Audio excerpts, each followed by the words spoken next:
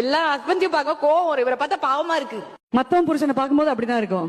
சொந்த புருஷனை பார்க்கும்போதுதான் நமக்கு கோவம் வரும். சத்தியமா சொல்றேன். அதே மாதிரி ஒரு முக்கியமான விஷயம், கணவர்கள் எல்லாரையும் பாருங்க, மத்தவங்க பொண்டாட்டிக்கிட்ட நல்லா பேசுவாங்க. Good evening ma'am, how you doing, பியூட்டிஃபுல்லா இருக்கு உங்க சாரி, ஐயோ அழகா இருக்கு உங்க சாம்பார் இருக்கு அப்படின்வா.